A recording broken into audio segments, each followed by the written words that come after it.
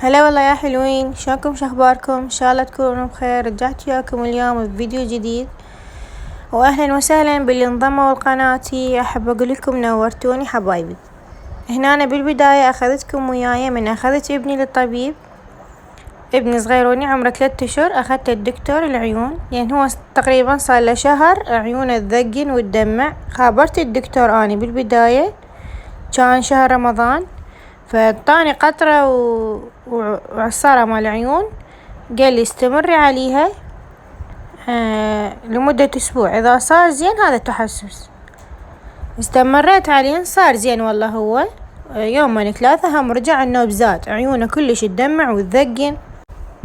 انتظرت شهر رمضان يخلص واخذته للدكتور، طلع مو تحسس، طلع عنده انسداد مجرى الدموع اذا سامعين بيها. فاعطاني هم دواء وقال لي هم علمني على مساج، قال لي يوميا 40 مرة تسوي له العيونة لمدة سنة. اذا صار زين على هذا المساج وهاي يعني هو انفتح عنده مجرى الدموع، واذا ما صار زين اكو تدخل طبي.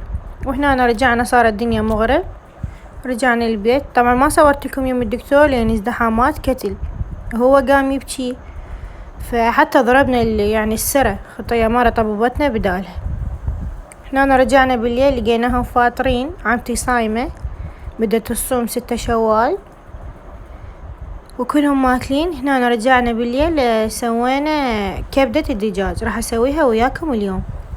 بالبداية سلقتها بنوم بصرة وهيل وورق غار، طبعا ما اسلقها اسدتوها بس اطلع الزفرة من عندها. هنا مثل ما تشوفون بعدها ما مستوية كلش، وثرمت وياها بصل وفلفل وطماطة وهاي البهارات. طبعا هاي القلوب احنا ما ناكلها، اذبهن لو مرات اعطيهن للبزونة لان شي تحطين ما يروحن، هي اساس الزفارة. هنا أنا حمست الدهن، العفو حركت الدهن وذبيت الفلفل والبصل، راح احمسن حمسة زينة.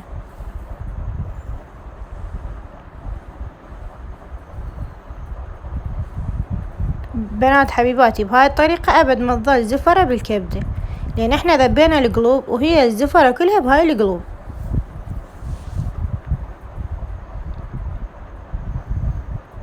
حمسة كلش قوية بحيث يتغير اللون مال البصل والفلفل.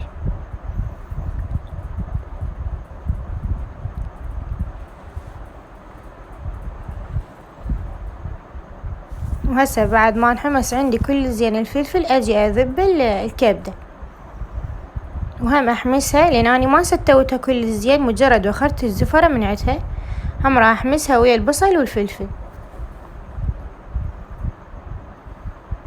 اظل اقلب بيهن، طبعا النار هنا عالية بعدني ما منصيت. وهنا ضفت البهارات كركم وكاري وفلفل اسود وبابريكا وشوية ماجي، واحنا نحبها بيها حموضة. ما عندي ليمون ضفت شوية مندوزي وملح هم حسب الرغبة.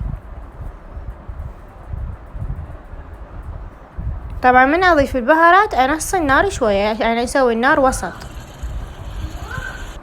وهنا هم عندي طماطم مقشرة ومثرومة ضفتها وياها. هسه عندي بس شوية تذبل الطماطم واطفي عليها النار، وبهذا الشكل كملت الكبدة مالتنا. طعمها يخبل وما بها اي زفرة. هنا بعد ما استوت عندنا والطماطم مردت وذبت الماء مالتها طفيت النار. وهاي هنا هم جبنا معون المقبلات ورقي وشطة. لهنا نكون وصلنا نهاية الفيديو. مع السلامة حبايبي، ارجع لكم الفيديو جديد.